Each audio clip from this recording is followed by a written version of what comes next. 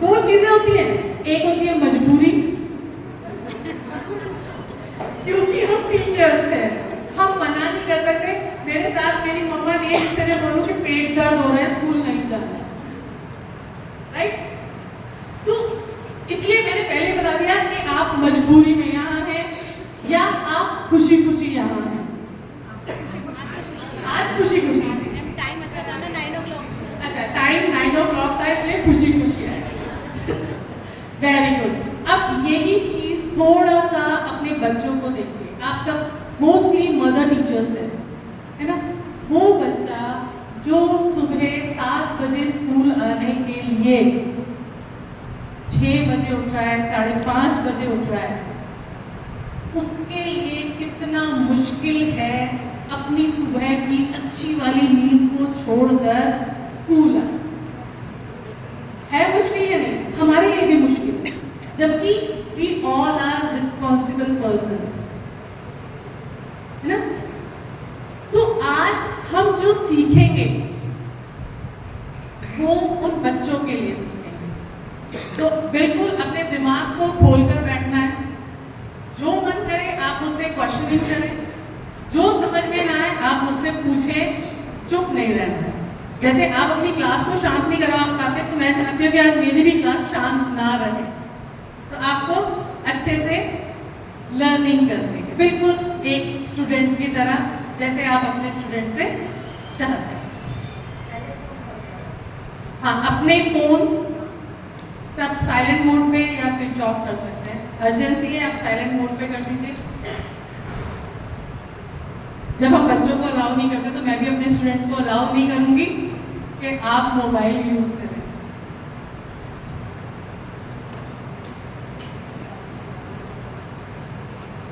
मैं मैम से परमिशन चाहूंगी, मैम शुरू करूँ। हमारी जो वर्कशॉप है आज है बाल वाटिका एंड जादुई पिटारा। जादुई पिटारा, जैसा कि आप यहाँ पर देख पा रहे हैं, बहुत सारे प्रॉप्स तैयार हुए हैं जो हमारे प्राइमरी विंग के टीचर्स ने मिलकर कर रहे हैं, और ये उनकी सबकी 3 से 4 दिन की मेहनत है।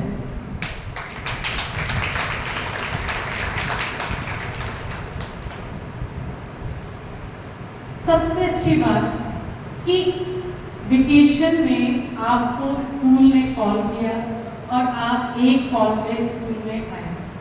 उसके बाद सबने इतने एफर्ट्स किए और इतने अच्छे प्रॉप्स तैयार हुए कि जब मैं CBSE अपने जादुई पिटारा को लेके गई, तो जितने स्कूल्स के प्रिंसिपल्स वहाँ आए हुए थे और अंडर सेक्रेटरी CBSE देहरादून, जब सर ने ये जादुई पिटारा देखा और सारे प्रॉप्स देखे, उन्होंने इतना एप्रिशिएट किया कि इससे अच्छा जादुई पिटारा नहीं बनता।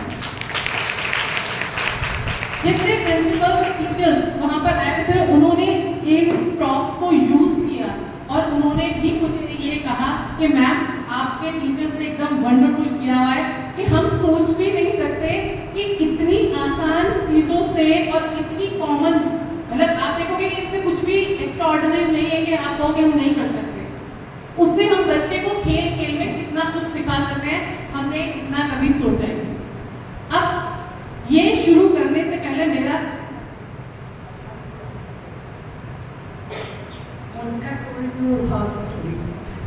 Rest is this कि CBSE want to take this पिटारा।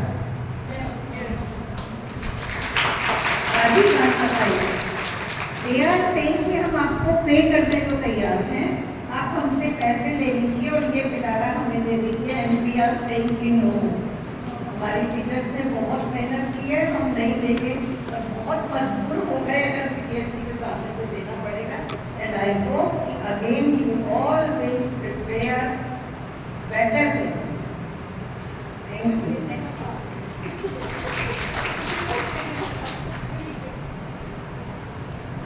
सबसे पहले मेरा आपसे एक क्वेश्चन, हम सब टीचर्स हैं, आपको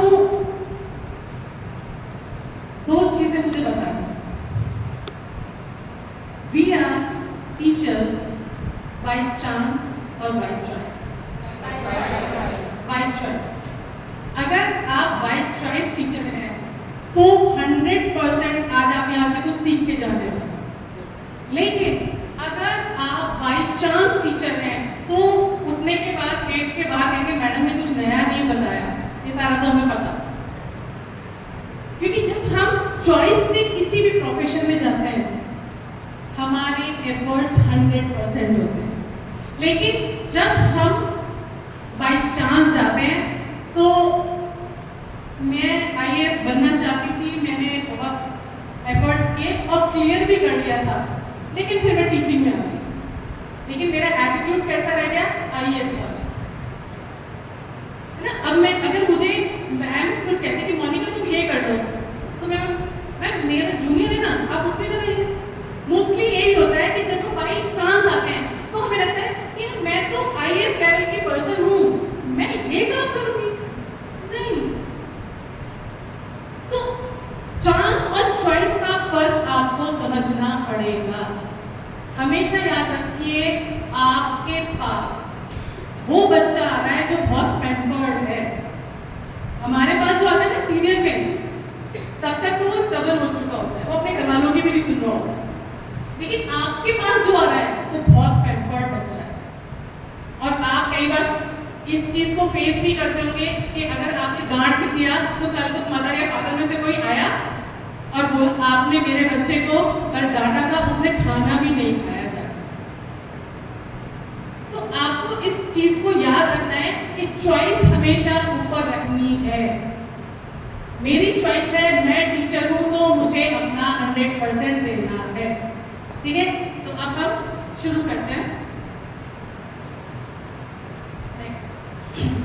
NEP 2020, NEP 2020 आप सबको पता है कि चेंज लाया जा रहा है एजुकेशन सिस्टम में, क्योंकि कहीं ना कहीं इस चीज की कमी हमें लगती है कि हमारे पास ब्रिलियंट ब्रेन्स हैं लेकिन उसका आउटपुट नहीं है।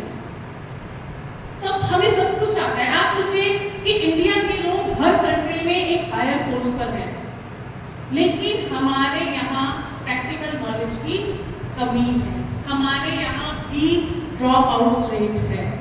तो NEP 2020 क्या चाहता है कि सबसे पहले हम बच्चों के अंदर जब वो स्कूल में पहला कदम रख रहे हैं तब से ही एक इच्छा पैदा करें कि वो बच्चा स्कूल आना चाहते। होता क्या है कि छोटे बच्चे ही स्कूल नहीं आना चाहते, और जब वो ही उस लेवल से स्कूल आने को मना करेंगे तो जैसे जैसे उसकी क्लास बढ़ती जाएगी वो 100% कुछ ना कुछ डेली बहाना बनाएंगे, मुझे नहीं जाना, टीचर पढ़ाते नहीं है, आज कितने अरेंजमेंट हो गए, टीचर ने पहले ही बता दिया था, वो आएंगे नहीं, मेरे स्कूल जाने का कोई फायदा नहीं है, हम घर बैठ के रिवीजन कर लेंगे, है ना। कुछ ना कुछ वो आपको बताते रहेंगे। लेकिन अगर हम अपनी उस स्टडी को इंटरेस्टिंग बना दें तो इंटरेस्टिंग बनाते ही बच्चे का मन करेगा स्कूल आने। तो हमें इस चीज की जरूरत पड़ी कि NEP ने कहा कि जो फाउंडेशनल स्टेज है 3 to 8 years, वो बच्चों की वो स्टेज है जिसमें बच्चे के अंदर क्यूरियोसिटी सबसे ज्यादा होती है, प्लस हमारा 85% ब्रेन डेवलप हो जाता है बिफोर 6 years of age। आप कभी किसी छोटे बच्चे के साथ हाथ पकड़ के मार्केट में चले जाओ, वो ऐसे नहीं चल सकता, ये क्या है, ये क्या है, ऐसा क्यों है, वो ऐसे क्यों जा रहा है, वो ऐसे क्यों बैठा है ना। कई बार क्या होता है, हम कहते हैं बेटा रास्ते पे ध्यान दे, गिर जाएगा, चोट लग जाएगी, तो उसके अंदर बहुत ज्यादा क्यूरियोसिटी होती है और वो चाहता है कि जितनी चीजें वो कलेक्ट कर सकता है, जितनी नॉलेज वो कलेक्ट कर सकता है, वो अपनी उस एज में, जबकि वो भी 3 या 4 साल का ही है, वो कलेक्ट कर लेगा। तो इसीलिए क्योंकि हमारा 85% ब्रेन डेवलप हो रहा है, उसके अंदर क्यूरियोसिटी है, तो इसीलिए जो हमारा ECC है, ECC क्या है, early childhood care and education, तो हमारा जो फाउंडेशनल स्टेज रखा है वो इसलिए कि हम उस पर भी बच्चे को इतना ट्रेन करें खत्म ना हो। अभी नॉर्मली हम लोगों को आजकल सुनने को मिलता है हमें ये पता है। आपके स्टूडेंट भी आपको बोलते हो कि मैम पता है ना? आप सही बताएं, आप गलत बताएं तो हमेशा बोलेंगे मैम हमें आता है। लेकिन अभी से कुछ समय पहले मेरे घर में मेरे टेनेंट थे, उनका बेटा था यूकेजी क्लास में। उसकी टीचर ने गाय को, बच्चे ने लिखा गाय और टीचर ने राइट कर दिया। घर पे जब वो आया उसकी मदर ने देखा, मदर को होमवर्क करा रही थी, उन्होंने बोला कि बेटा ये तो गलत लिखा है, ये है गाय। उसने बोला कि नहीं ये गाय है, गाय को बोला ये गाय है। तो मदर ने बोला नहीं बेटा ग से गाय होता है, ग से तो भवन वाला होता है। बोला मेरी टीचर ने राइट किया है, आपको नहीं आता, मेरी टीचर को पता। बच्चा अड़ गया, उसने भाई ही लिखा गाय को। और नेक्स्ट जब उसकी मदर स्कूल गई, उन्होंने उस टीचर से बात की कि मैम आपने ये इनकरेक्ट को करेक्ट कर रखा है और मेरा बच्चा मानने को तैयार ही नहीं। जब तक आप उसे ये नहीं कहेंगे कि बेटा गलती मेरे से चेकिंग में हुई, वो मानेगा नहीं। उन्होंने स्टूडेंट को बुलाया और बोला बेटा देखो ये तो तुमने गलत लिखा था, मैम के पास बहुत सारी कॉपीज थी, मैम ने भी ध्यान नहीं दिया। देखो अब तुम इसको ऐसे लिखो गाय गाय। बच्चे को एकदम समझ में आया। तो आप सोचो कि आपका इम्पैक्ट बच्चे के ऊपर कितना है। आप कैसे आते हो, कैसे बोलते हो, कैसे चलते हो, क्या आपकी ड्रेसिंग सेंस है, हर एक बच्चा नोट कर रहा होता है। इसीलिए तो कहते हैं ना मेरे फेवरेट टीचर। और आप किसी दिन अगर नाराज हो, दुखी हो, तो बच्चा एकदम आपके पास आता है और पूछता है मैम कुछ हुआ क्या?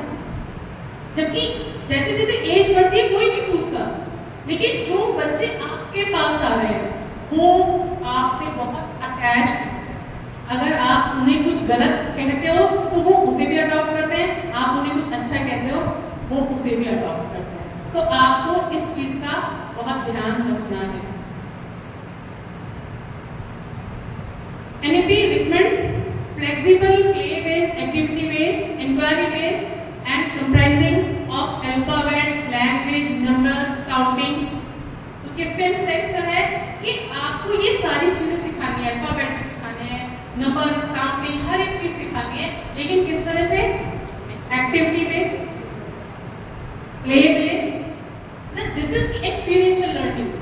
ये नहीं कि हमने रटवा दिया कि वन ऐसे बनाना है तो ऐसे ही बनना चाहिए। और उसका विजन क्या है कि हम उन्हें एक ऐसा एडल्ट डेवलप कराएं कि उनके अंदर हर एक चीज की नॉलेज हो, कंसेप्ट क्लियर हो। केवल ये नहीं कि हमने उनको रटवा दिया और उन्होंने रट लिया, उसके पीछे उनसे पूछा कि क्या है, इसका मेथड क्या है, इसका कंसेप्ट क्या है, उन्हें पता नहीं। मोस्ट ऑफ द टाइम यही होता है, आपने 2+2 बता दिया और गलती से किसी दिन प्लस की जगह अगर माइनस लग गया तो बच्चे को कई बार ये भी नहीं पता होता कि साइन चेंज हो गया तो मुझे एडिशन की जगह सब्सट्रैक्शन, क्योंकि उसने रटा है। जब तक कि हम उसे प्लस और माइनस में डिफरेंस नहीं बताएंगे तब तक उसका कंसेप्ट क्लियर ही नहीं होगा। तो आपको इस चीज का याद रखना है कि जो भी हम उनकी लर्निंग कराएं वो ऐसी होनी चाहिए कि बच्चे के कंसेप्ट क्लियर। हम उसे क्रैमिंग ना करें, मोस्टली हम क्रैमिंग बनाते हैं, बेटा ड्रॉ अ स्लैंटिंग लाइन, क्यों वो आपको बाद में बताएंगे। बच्चे के अंदर तो क्यूरियोसिटी है कि मैं स्लैंटिंग ही क्यों करूं, मैंने तो स्लीपिंग करनी है ना। स्लीपिंग आज नहीं सिखा रहे, हम कल सिखाएंगे। क्यों? अगर वो कह रहा है आज तो उसको बताओ कि बेटा स्लीपिंग भी जरूरी है, लेकिन उसके साथ साथ स्लैंटिंग भी जरूरी है। चलो आज आपका मन है आप स्लीपिंग ड्रॉ करें, लेकिन उसके बाद एक बार स्लैंटिंग भी ड्रॉ करनी है। हम क्या करते हैं, बेटा आज स्लैंटिंग सिखा रहे हैं ना तो आपको स्लैंटिंग करना है। मैम ने बोला ना, मैम को सबका चेक करना है ना, तो आप स्लैंटिंग ही करेंगे। आपकी क्लास में एवरेज बच्चा भी है, बिलो एवरेज भी है और अबव एवरेज भी है। आप ना अबव एवरेज को नेग्लेक्ट कर सकते हैं ना बिलो एवरेज। एवरेज तो करेगा, उसके अंदर क्यूरियोसिटी भी लिमिटेड ही होगी, लेकिन जिसको नहीं आ रहा वो भी आपसे क्वेरी करेगा और जिसको ज्यादा आ रहा है वो भी आपसे क्वेरी करेगा। तो आपको तो बैलेंस करके चलना। तो इस चीज का आपको ध्यान रखना है कि कोई भी बच्चा नेग्लेक्टेड ना फील करे, और वही हमें कहा जा रहा है कि हमें इसी चीज पर एम्फसाइज करना है।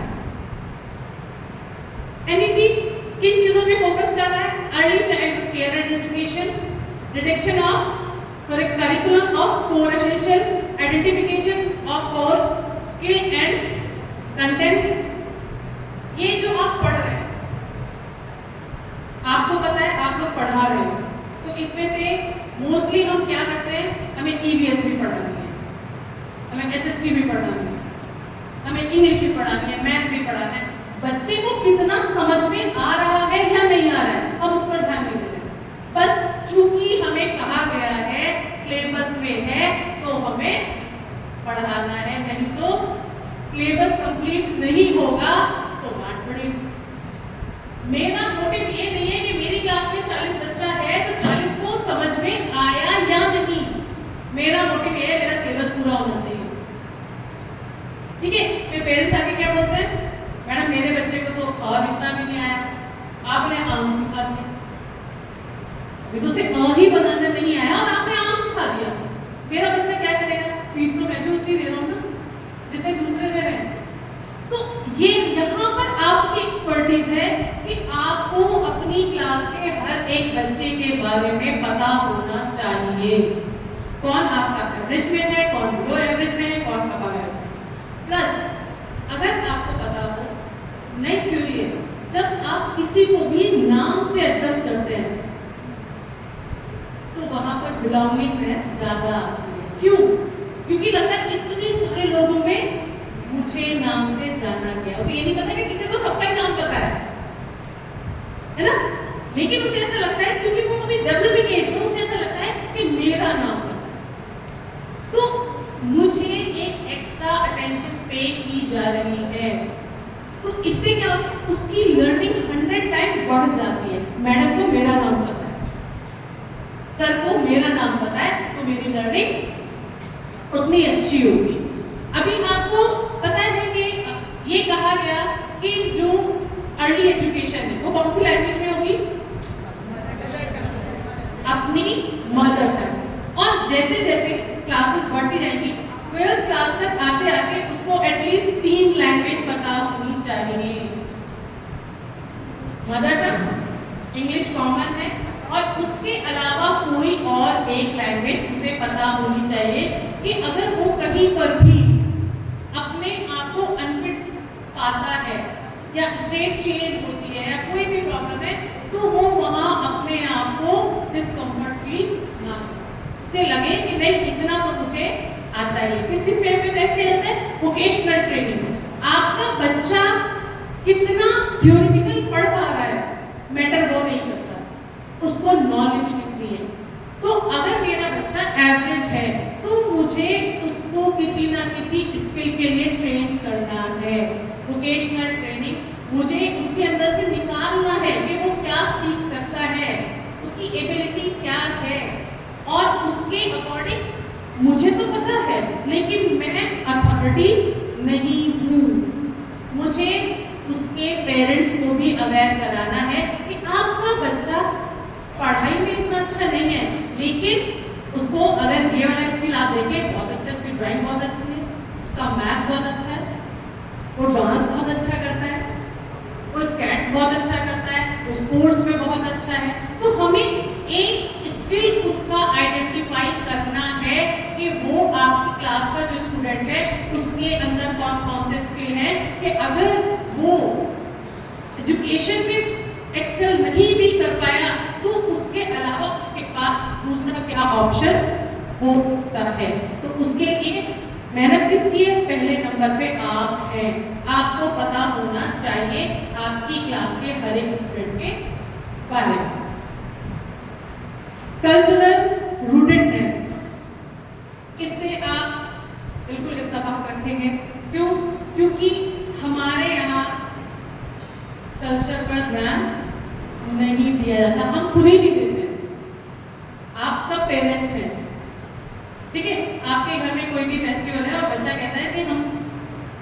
इंटरेस्टेड नहीं है तो हम ही उसे जोर नहीं देते कि नहीं तुम्हें ऐसा चलना है, ऐसा करना है या ये जरूरी है। ये होता है और हम सबके भी घर में होता है। तो बच्चे के अंदर वो कल्चर आएगा कहाँ से, दे कौन रहा है? अगर मैंने अपने मतलब मुझे अपने बचपन का याद है, मेरे टीचर ने मुझे सिखाया कि सुबह उठ के सबसे पहले हमें धरती माँ को प्रणाम करना। और मैं अभी तक की सुबह उठ के सबसे पहले पैर रखने से पहले धरती को प्रणाम करना मेरे टीचर ने सिखाया। मैंने अपने घर में देखा कि मेरे पेरेंट्स अपने पेरेंट्स के पैर छूते थे, सुबह उठते ही नमस्ते करते थे। मेरे अंदर भी वो चीज आई, मैं भी करती हूँ, ठीक है। लेकिन मेरा बच्चा अगर नहीं उठ रहा है और या तो मेरे जाने के बाद उठ रहा है, पहली चीज मुझे पता ही नहीं कि वो ऐसा कर रहा है या नहीं कर रहा, और वो अगर नहीं भी कर रहा तो हम कहेंगे आजकल के बच्चे मूडी हैं। हम उन्हें सिखाना नहीं चाहते, हम कहते थे मूडी है। वैसे तो बहुत बोलता है पर जब कोई आ जाता है ना तब नहीं बोलता। घर में बोलते ना पूरे टाइम में, क्या फर्क पड़ रहा है? बोलना तो तब है ना जब आप किसी के सामने बोलो। तो कल्चर कौन सिखाएगा? हम अपनी कल्चर अपनी रूट से उन्हें कौन जुड़ाव महसूस कराएगा? वो हम हैं। हम ही को उन्हें ये सब चीजें सिखानी है कि वो अपने कल्चर को आगे लेके चले। आज अगर इंडिया सब जगह जाना जा रहा है तो वो किस वजह से जाना जा रहा है? कल्चर की वजह से। इतनी डाइवर्सिटी होने के बावजूद हमारा कल्चर अभी भी ऑल ओवर वर्ल्ड जाना जाता है। होली, दिवाली, ईद, दशहरा केवल हमारे ही सेलिब्रेट नहीं हो रहे, हर कंट्री में सेलिब्रेट हो रहे, चाहे वो वहाँ का कल्चर है या नहीं। इंडियन बॉलीवुड सॉन्ग्स पे उन्हें वर्डिंग समझ में आती है, नहीं समझ में आती, हर कंट्री में हम देखो डांस करते हैं। क्यों? क्योंकि डाइवर्सिटी है, उसके बाद भी इतना एक दूसरे से जुड़ाव है, इतना लगाव है कि यहाँ पर कभी ये फील ही नहीं होता कि हम एक दूसरे से अलग हैं। No heart separation. No heart separation का मतलब क्या है? पहली बार बच्चा आपके पास आया, अभी तक वो घर में था। घर में कैसे था? आराम से सोना, आराम से उठना, सोफे पर बैठा है, पैर ऊपर है, सिर नीचे है, जमीन पर बैठा है, कूद रहा है सोफे पर, बेड पर कूद रहा है ना? पहली बार स्कूल आया, आप आते ही क्या कहोगे? क्या कहोगे? उसके लिए हम कुछ रूल्स बनाएंगे ना? बनाएंगे नहीं? बेटा सीधे बैठो, पैर नीचे, ऐसे कैसे बैठे हो बेटा? स्कूल में ऐसे नहीं बैठते हैं। हाँ, उसने जाके मैम को किस तरह, बेटा स्कूल में नहीं करते ऐसे, मम्मा को करते हैं घर में। क्यों? वो बच्चा पहली बार अपने घर से बाहर निकला है, उसे पता ही नहीं कि बाहर निकल के कुछ रूल्स भी फॉलो करने होते हैं। तो इसी वजह से क्या होता है कि वो सेपरेशन एंजाइटी फील करने लगता है, और वो आपके पास तो रोते हुए बच्चे आते हैं, मम्मा के पास जाना है, आते हैं ना रोते हुए मम्मा के पास जाना। वो क्यों रोते हैं? क्योंकि उन्हें वो घर जैसा एनवायरनमेंट फील ही नहीं हो रहा। उन्हें वो कॉर्डियल रिलेशन, जो मम्मा की साड़ी पकड़ के खींची है ना, और मम्मा ने पूछा बेटा क्या है, यहाँ पे टीचर बोलती है हाँ बेटा अभी सुन रही हूँ, क्योंकि टीचर को बहुत सारे बच्चों का सुनना है, लेकिन हर बच्चा तो साड़ी नहीं खींच रहा ना, हर बच्चा तो आपको नहीं पकड़ रहा ना।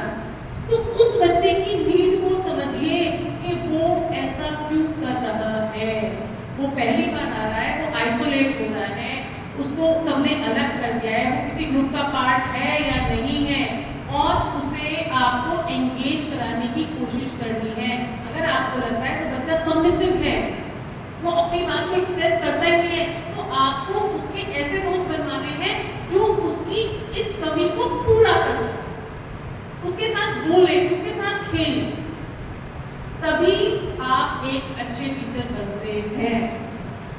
क्योंकि बच्चा स्कूल आने को तभी मना करता है जब उसे स्कूल में कोई ना कोई प्रॉब्लम होती है, लेकिन हम उस चीज पर ध्यान नहीं देते, हम उसे नेग्लेक्ट कर देते हैं।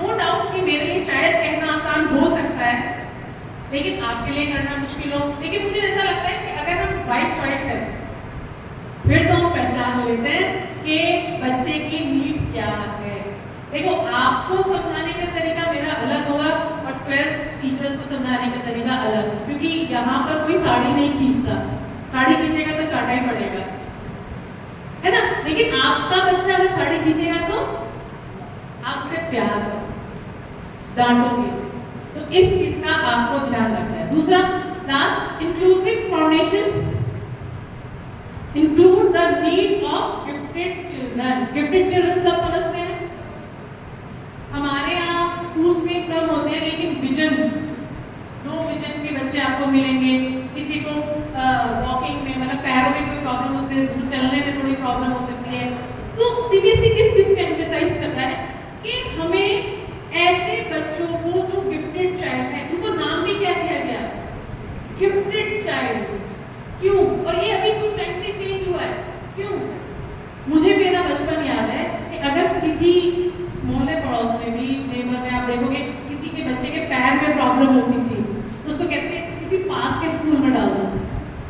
कौन इसे लेकर जाएगा, कौन लेकर आएगा, किसी ने धक्का दे दिया तो उठाएगा कौन, किसी को देखने में प्रॉब्लम, अरे पढ़ तो पाएगा नहीं, इसे घर में पढ़ा लो। घर के लोगों से कहा जाता था इसको पढ़ा लो, कौन सा इसको करेक्टर नहीं बनना है, दिखता तो है नहीं, ठीक है। तो क्या करा, पहले टाइम में हमारी सोसाइटी उनको सोसाइटी से ही अलग कर देती थी, तो वो कैसा नेग्लेक्टेड फील करते थे, उन्हें लगता था हम समाज का पार्ट, सोसाइटी का पार्ट नहीं है, और उनके अंदर इंफीरियरिटी डेवलप हो जाती है।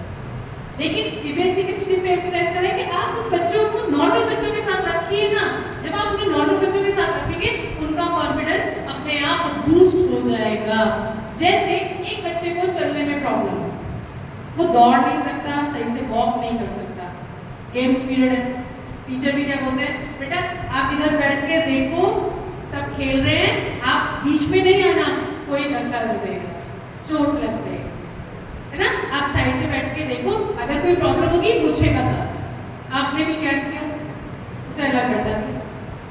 वहीं पर अगर आप चाहें उस बच्चे को चलने में प्रॉब्लम है ना, लीजिए चेयर रखिए बीच में, चारों तरफ सर्कल बनवाइए उसके, दीजिए बॉल, खेलिए ना कैच कैच, हर एक बच्चे को टर्न बाय टर्न उसके आगे बुलाइए, करवाइए catch, throw catch, throw catch, throw catch. बताइए क्या वो कभी भी नेग्लेक्टेड फील करेगा? नहीं फील करेगा।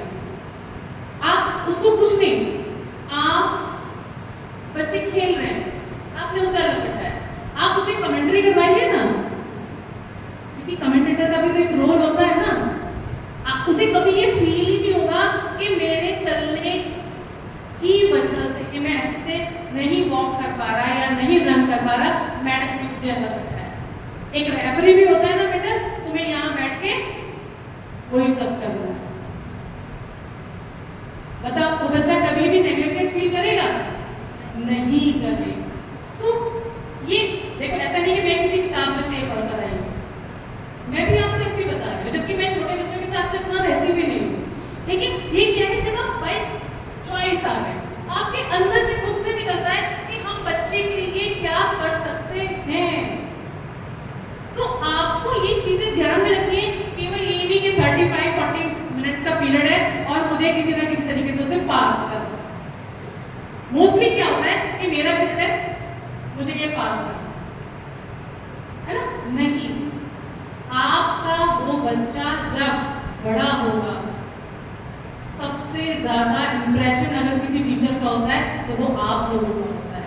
और आप कभी मिलते हो ना, कहते ये मेरी केजी की टीचर है, ठीक है। इतनी खुशी बड़े बच्चों से मिलने में नहीं होती जितनी छोटे बच्चों से मिल होती है। SD जूनियर विंग जब यहाँ पर आता है और यहाँ के 7, 8, 9, 10 के बच्चे जब उनके पास आते हैं, उन्हें कितनी खुशी होती होगी।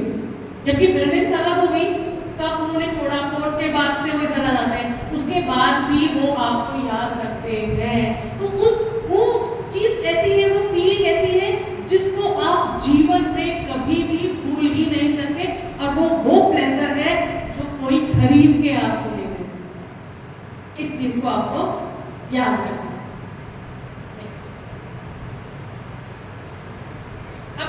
जो हमारा स्ट्रक्चर हो गया वो क्या हो गया, 5 + 3 + 3 + 4।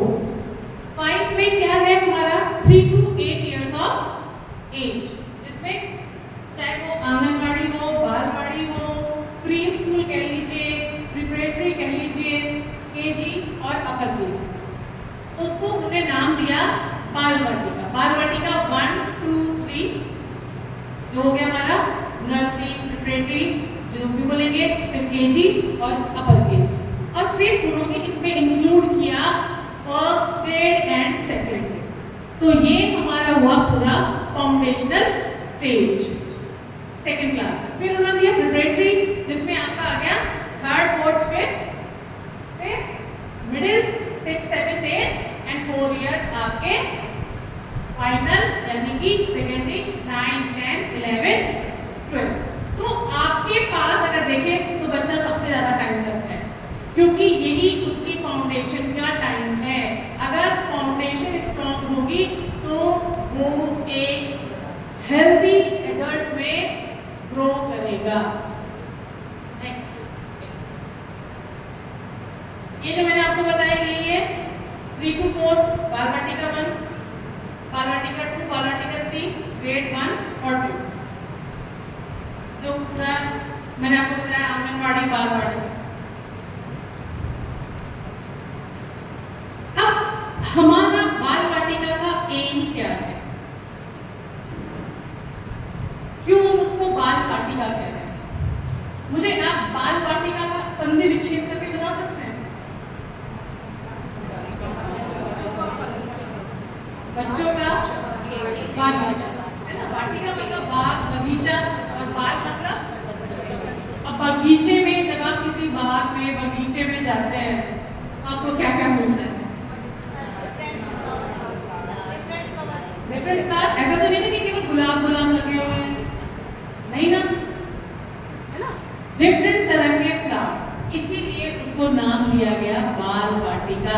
आपके पास जो बच्चा आ रहा है वो यूनिक है, उसकी अपनी एक यूनिकनेस है, बस आपको पहचानना आना चाहिए। अगर आपने पहचान लिया, आपसे अच्छा टीचर कोई नहीं, ठीक है। जैसे गुलाब सबको अच्छा लगता है, आए ना, लेकिन गुलाब के साथ कांटे होते हैं, ये बताता कोई नहीं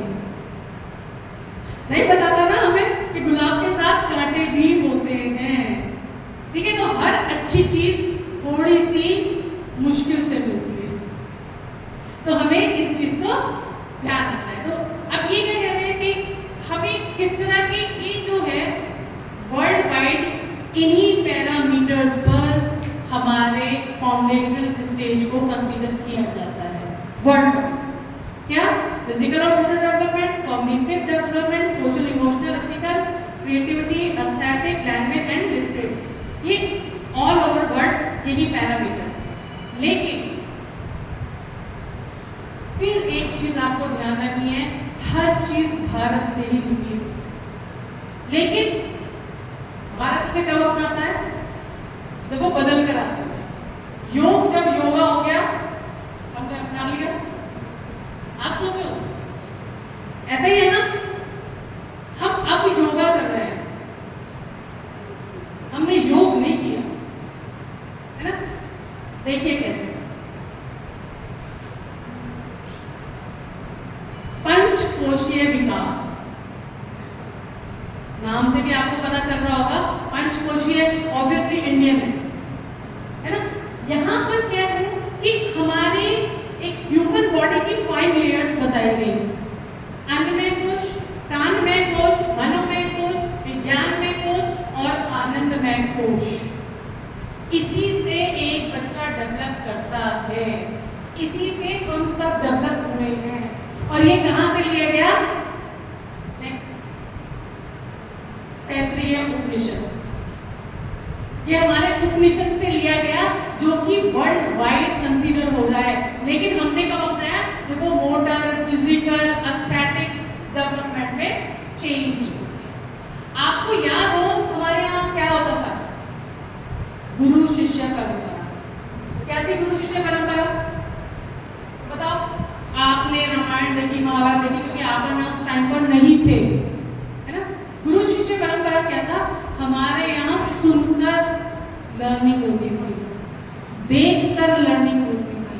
करके लर्निंग होगी। प्रैक्टिकल बेस्ड लर्निंग थी या नहीं, लेकिन कब वो थ्योरेटिकल हो गई और हमने उसे अपना लिया, हमें पता ही नहीं चला। आप जो गुरुकुल सिस्टम था उसमें क्या होता था, राजा हो, आम हो, कोई भी हो, सबके बच्चे एक साथ गुरुकुल में रहकर पढ़ते थे और वहां पर कोई भी कॉपी किताब नहीं होती थी। गुरु ने कहा कि आज तुम्हें कुआं खोदना है, अब वो राजा का बच्चा है या वजीर का, सिपाही का या किसी और, वो कुआं खोद रहे हैं। अब आप भी कहोगे कि कुआं खोदने से क्या लर्निंग होगी? हाँ, मुझे भी लगेगा कि कुआं खोदने से क्या लर्निंग होगी, नहीं हो रही। क्या क्या हो रहा है बताइए जरा।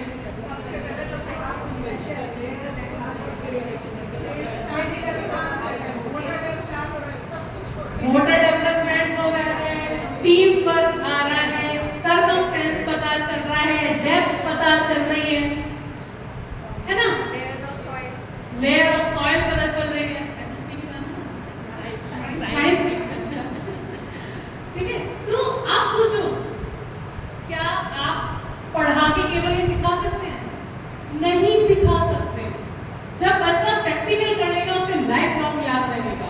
लेकिन जब हम उसे कहते हैं चांद ऐसा होता है, क्यों होता है, सूरज ऐसे आता है, क्यों होता है, कंसेप्चुअल लर्निंग है ही नहीं। दूसरी, गुरुकुल परंपरा में क्या होता था, सबसे पहले आपको भिक्षा मांगने के लिए भेजा जाता था, अपना अहम छोड़ ईगो, है ना। आप राजा के बेटे हो तो भी भीख मांगोगे, और आप सामान्य व्यक्ति हैं तो वहां पर अहम जैसी कोई चीज नहीं रहेगी। दूसरी चीज, पैर छुए जाते थे गुरु के, क्यों?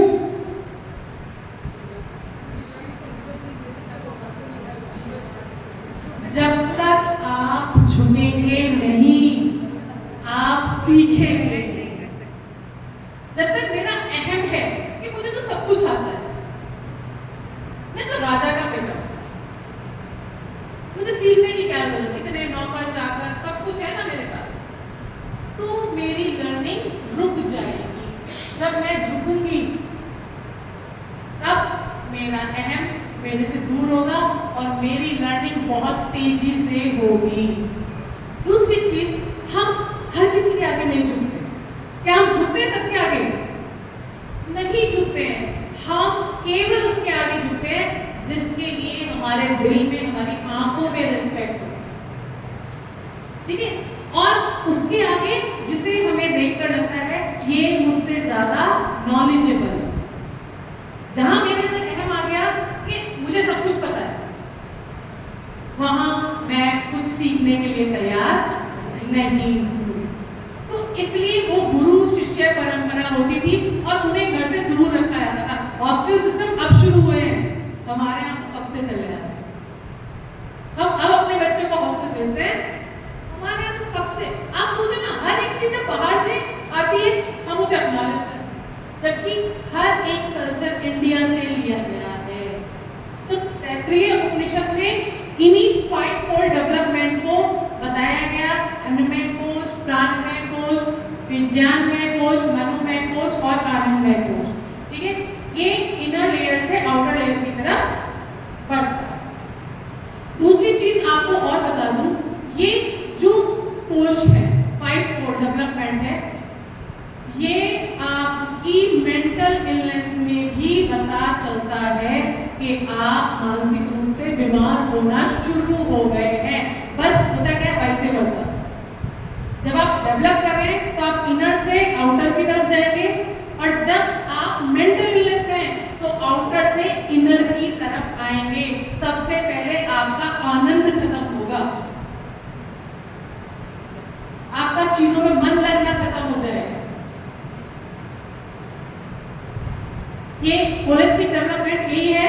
देखिए, फिजिकल डेवलपमेंट अन्नमय कोश, मोटर प्राणमय कोश, सोशल हो गया आपका मनोमय कोश, कॉग्निटिव हो गया आपका विज्ञानमय कोश, और क्रिएटिव एस्थेटिक हो गया आपका आनंदमय कोश। तो जो आनंदमय कोश है वो सबसे पहले आपका इफेक्ट करेगा। आप ये कहते हैं मेरा मन नहीं लग रहा, मन उचाट हो रहा है, तो क्या होगा?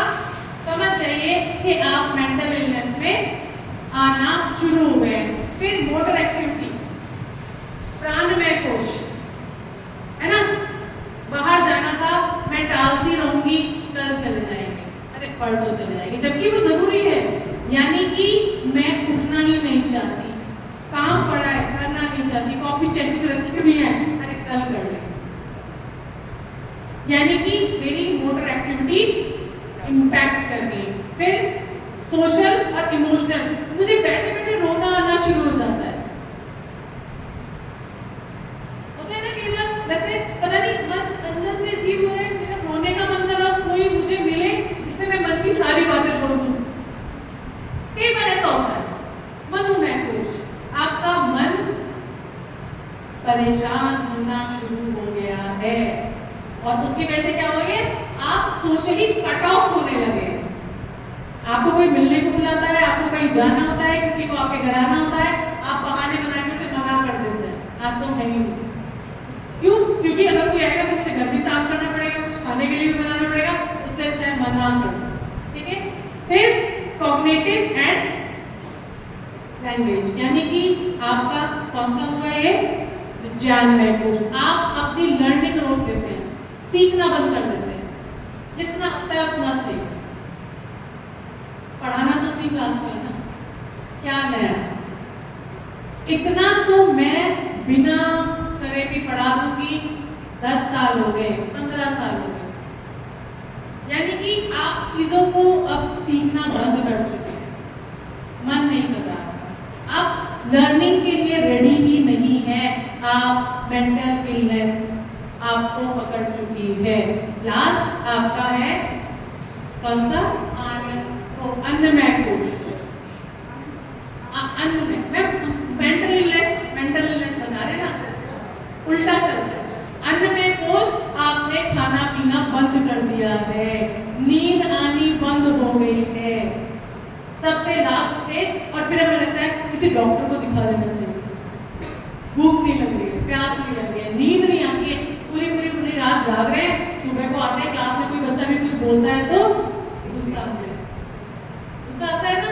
क्यों? क्योंकि जो मेरा मन है वो अब कंप्लीटली डिप्रेशन में जा चुका है। तो ये 5 फोल्ड जैसे कि हमें डेवलप करा रहे हैं ना, वैसे ही हमें इलनेस में भी ले जा रहे हैं। बस एक में आपको असेंडिंग चलना है और दूसरे में आपको नहीं चलना, डिसेंडिंग चलना नहीं है, बहुत ज्यादा है। ऐसा मत कहना कि मॉर्निंग आवर में सिखाया था कि डिसेंडिंग चल दो और फिर मैडम मुझे डांट के सब छुट्टी लेके घर बैठ गए सब डिप्रेशन में। ऐसा नहीं होना चाहिए। होलिस्टिक डेवलपमेंट, अब ये जो हमारे 5 फोल्ड है, ये इनको कुछ करिकुलर गोल में बांट दिया गया, डिवाइड करा गया। और करिकुलर गोल क्या है? जो हमारी कॉम्पिटेंसी डेवलप करेंगे, और अगर हमारी कॉम्पिटेंसी डेवलप होगी तो 100% उसका कुछ ना कुछ लर्निंग आउटकम होगा ही होगा। ये तीनों चीजें इंटरलिंक हैं। जब भी अगर ये तीनों चीजें इंटरलिंक हैं तो आपका 360 डेवलपमेंट होता है, ओवरऑल डेवलपमेंट। ठीक है? तो ये इंटरकनेक्टेड है। अब ये जो हमारे करिकुलर गोल्स हैं, ये हमारे उन 5 डोमेन्स पर बेस्ड हैं जो कि इससे पहले आपको बताया। 5 फोल्ड बताया ना मैंने आपको, अन्नमय कोश, प्राणमय कोश, मनोमय कोश, विज्ञानमय कोश और आनंदमय कोश। तो ये जो करिकुलर गोल्स हैं ये हमारे 5 डोमेन पे होंगे और आपका काम अब यहाँ से ही शुरू होता है। आपको पता चल गया कि बच्चे का विकास कैसे हो रहा है, 5 फोल्ड से हो रहा है। तो आपको ये जानना है कि उसकी एबिलिटी क्या है और उन एबिलिटी के अकॉर्डिंग आपको उसके लिए एक्टिविटीज प्लान करनी है जो करिकुलर गोल्स हैं, और उस एक्टिविटी से क्या क्या कॉम्पिटेंसी उसके अंदर डेवलप होगी। बच्चे के अंदर क्या कॉम्पिटेंसी आपने डेवलप की या क्या करवाना चाहते हैं, उस चीज को आपको ध्यान में रखना है। डोमेन है 5, करिकुलर गोल्स हैं 13। टीम। ठीक है,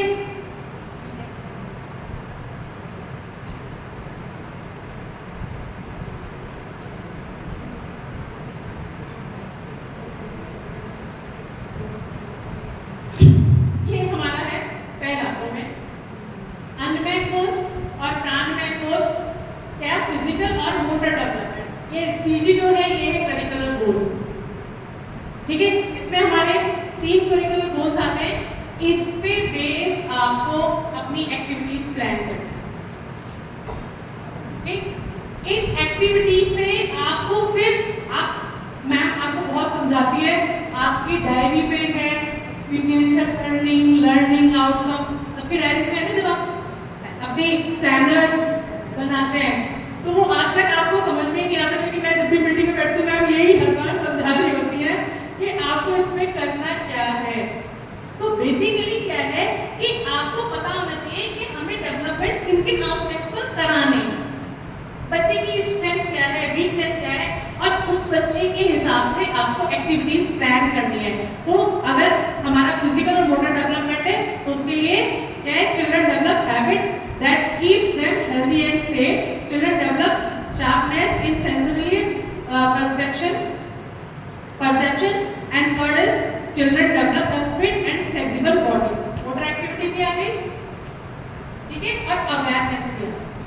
तो इस चीज को आपको ध्यान रखना है, इसी पर बेस आपको अपनी एक्टिविटी प्लान करनी है। वो उससे कॉम्पिटेंसी डेवलप होगी, और जब आप ये मेजर करेंगे उसके अंदर क्या कॉम्पिटेंसी डेवलप हुई है तो आपका लर्निंग आउटकम अपने आप ही आ जाएगा, क्योंकि आपको पता है कि आपने एक्टिविटी क्या ली थी। ये मनोमय कोश का है जिसमें आप सोशल और इमोशनल एथिकल डेवलपमेंट कराते हैं, emotional intelligence, ability to understand and manage their own emotion and respond. Children develop the positive attitude towards productive work and service, जिसको हम सेवा बोलते थे। मतलब हमें उसे सोसाइटी के लिए भी तो जागरूक करा है ना। हमें पहले मॉरल वैल्यूज की बुक होती थी, पूरा एक पीरियड मॉरल वैल्यूज का होता है ना। हमें यही चीज मॉरल वैल्यूज दी जाती थी, तो वो अभी भी चाहे हम उन्हें अपनी लाइफ में अपना रहे हैं या नहीं अपना रहे, लेकिन कुछ चीजें हमें हमेशा याद रहेगी, है ना। अहिंसा, परमो धर्म, है ना, सदा सच बोलो, परोपकार करो, यही होता था मॉरल एजुकेशन। ठीक है, लेकिन अभी क्या हो गया है, हम वो चीज बच्चों में नहीं डाल रहे हैं। अभी कल जब मैम ने मीटिंग ली थी, मैम ने ये कहा था कि मॉरल वैल्यूज का एक क्लास होगी। उसके पीछे मोटिव क्या है कि एक्चुअल में हम उनके पेरेंट्स ने तो उन्हें छोड़ ही रखा है, हमने भी छोड़ दिया। हमें लगता है कि जब पेरेंट्स ही केयर नहीं करते तो हमें क्या करना है। बीइंग अ टीचर मेरी रिस्पॉन्सिबिलिटी क्या है, 7 to 1, तब तक बच्चा मेरे पास है। लेकिन अगर आप देखो तो अपने पेरेंट्स से ज्यादा टाइम बच्चा आपके पास है, क्योंकि जो उसका घर का टाइम है उसमें वो खेल भी रहा है, सो भी रहा है, खा भी रहा है। आपके पास वो अपने पेरेंट्स से ज्यादा समय है। तो आपको इस चीज का ध्यान रखना है कि सोशल उसकी रिस्पॉन्सिबिलिटी क्या है, इसकी जिम्मेदारी भी हमारी है कि हम उसे सिखाएं। ये विज्ञान में कोश का है कि आप उसे किस तरीके से सिखाते हैं, उसकी लर्निंग किस तरीके से कराते हैं। आपको पता है बच्चे की लर्निंग किस किस तरीके से होती है, बच्चा सीखता किस किस तरीके से।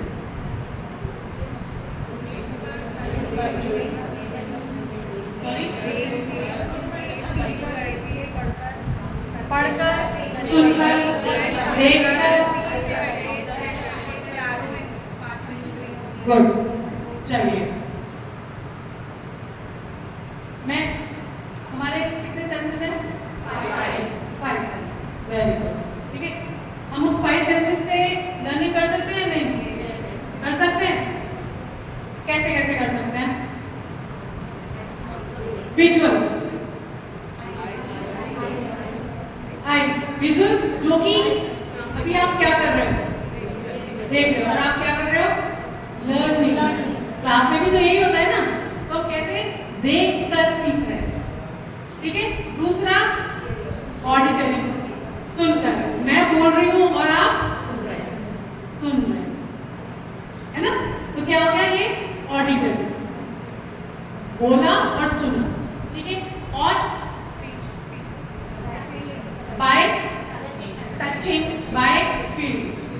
चाहिए।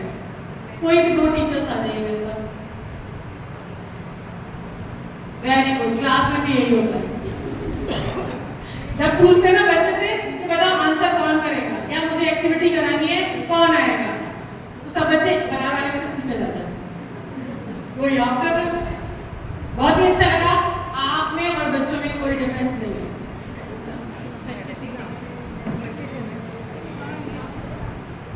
देखो कौन उठकर आ रहा है जो बहुत सालों से पढ़ा रहे हैं। हाँ, देखो लर्निंग की ये लोग क्या बोलेंगे, हमको ऑलरेडी एक्सपीरियंस्ड है। मैम एक मिनट, है ना? अभी मैंने आपसे पूछा था बाई चांस हो कि बाई चॉइस हो। अगर चॉइस हो तो आपको खुद से हाथ खड़ा करना चाहिए था, यहाँ आना चाहिए था। इसका मतलब आप बाई चांस है ना? कोई भी एक पीछे से आ जाए और बिल्कुल बच्चे की तरह से आना जैसे बच्चे आते हैं। वेरी गुड, बच्चे भी नहीं उठना चाहते, आप भी नहीं उठना चाहते। गुड। कौन सी लर्निंग सीख रहे हैं हम? फील, टच, ठीक है ना? आप इधर ही आ जाइए।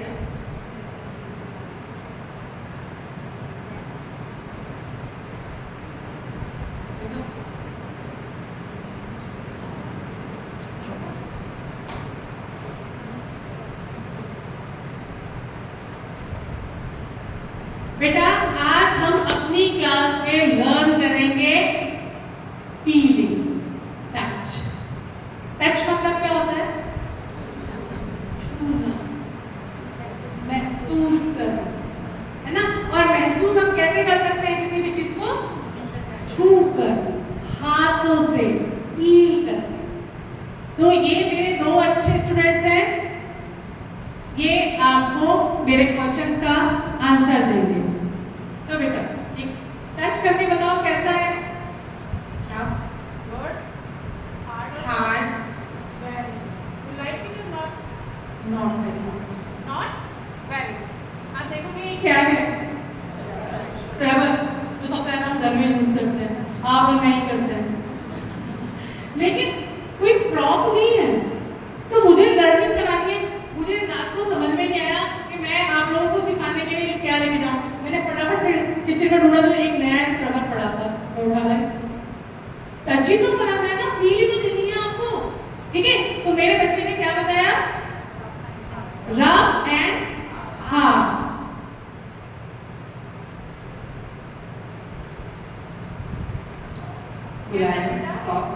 और silkie. You like it? Yes. Yes. Piece of cloth. ये भी मैंने कैसे खरीदा नहीं, घर में पड़ा था, है ना? कैसा है? सिल्की और सॉफ्ट। तो अब लर्निंग होगी या नहीं होगी?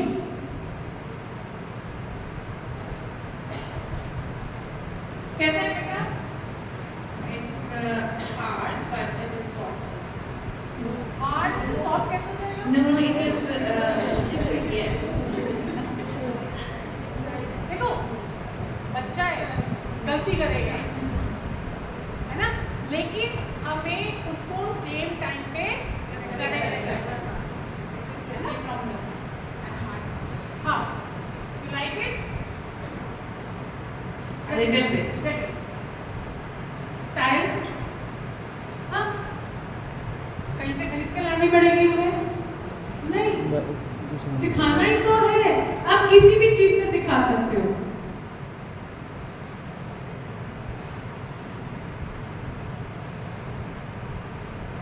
Three type of clothes. देखो सॉफ्ट भी है, डिफरेंट फील है, ठीक है? आपको ये लर्निंग करानी है। तो ये कैसे आएगी? आप किसी बच्चे को बोलो डू यू नो सिल्क, बच्चा बोलेगा यस, लेकिन आपने उसे क्या दिखाया? Silk worm. उसे कभी जीवन में नहीं पता चलेगा कि उस सिल्क से ये सिल्क बना कैसे। तो लर्निंग हमें कैसी करानी है? कंसेप्चुअल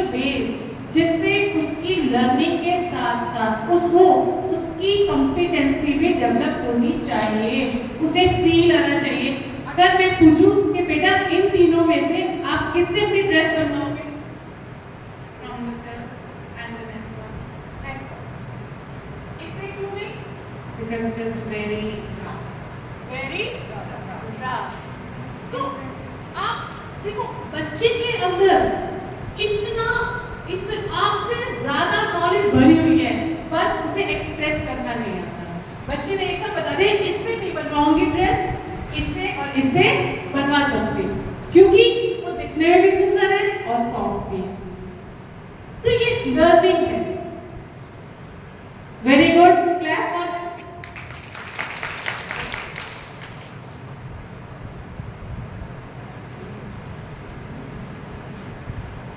मेरे दोनों स्टूडेंट बहुत अच्छे हैं और आपको पता होगा कि आपके बच्चे को अगर आप चीक पे हैंड पे स्टार देते हैं तो वो बहुत खुश हो जाते हैं, ठीक है?